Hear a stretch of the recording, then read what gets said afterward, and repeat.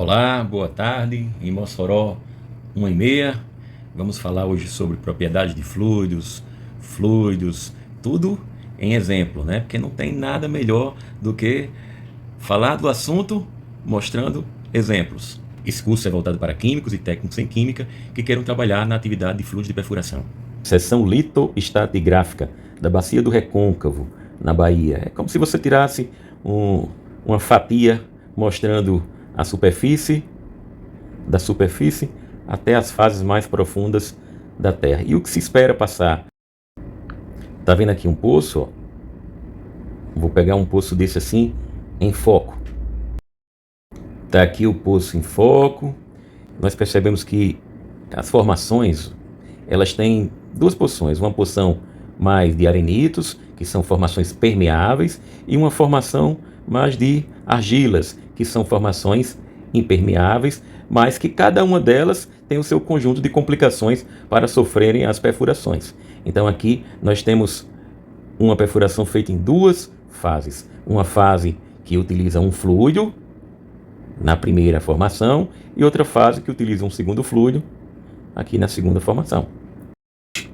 O que chega ao técnico químico, né, seria a proposta de preparação de fluidos, né? E aqui nós temos o fluido utilizado na primeira fase, que é um fluido base água.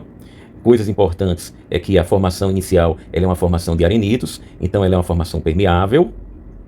E, por ser uma formação permeável, ela tem substâncias que tem que garantir que a grande maioria da água não seja perdida para dentro da formação.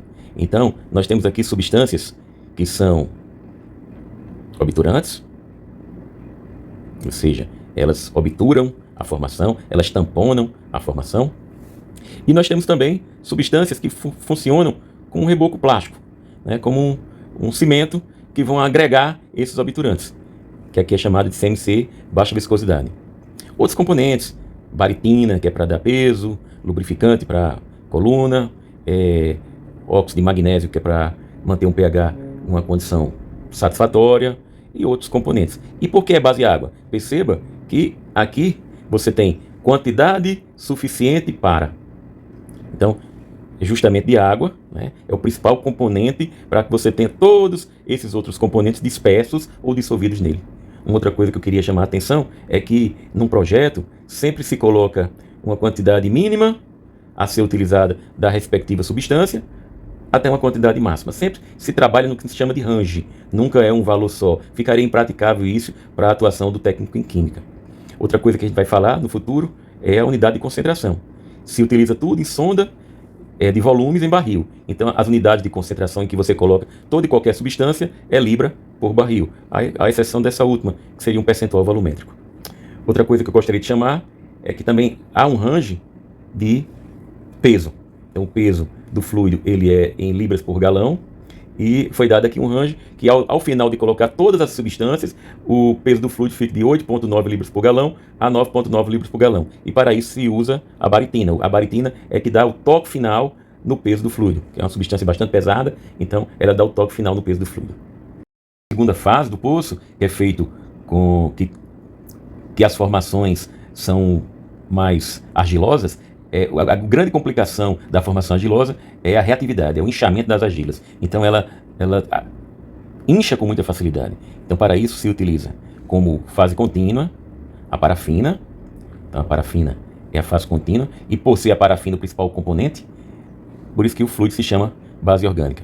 E como inibidor do inchamento de argila, nós também temos as soluções saturadas de sais. Os sais em grande quantidade inibem o inchamento das argilas. Todas as outras substâncias que são utilizadas, elas vão interagir ou com a fase oleosa ou com a fase aquosa. Então, todos os componentes que estão aqui vão interagir ou com a fase oleosa ou a fase aquosa. E esse conjunto seria um fluido base orgânica. Um fluido que tem uma parte orgânica, a parafina, e uma parte inorgânica, que no caso seria a solução saturada. Os outros componentes, parte vão para a fase orgânica, parte vão para a fase inorgânica. Outra coisa a se colocar aqui é que, novamente, você percebe que é feito, as concentrações são colocadas em range, um número menor a um número maior, de um número menor a um número maior, as unidades em libras por barril, né?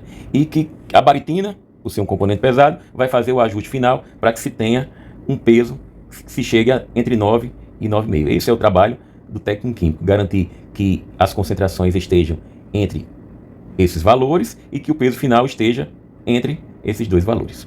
Outra coisa que se faz é a relação entre a fase oleosa, que no caso é a parafina, e a fase aquosa, que é a solução saturada de sal, né? Então aqui existe esse termo chamado ROA, que é razão, óleo, água. No caso aqui, 60-40, ou seja, vai existir 1,5 volume de fase oleosa, de parafina, para 1 volume de fase aquosa, ou seja, de solução saturada de cloreto de sódio.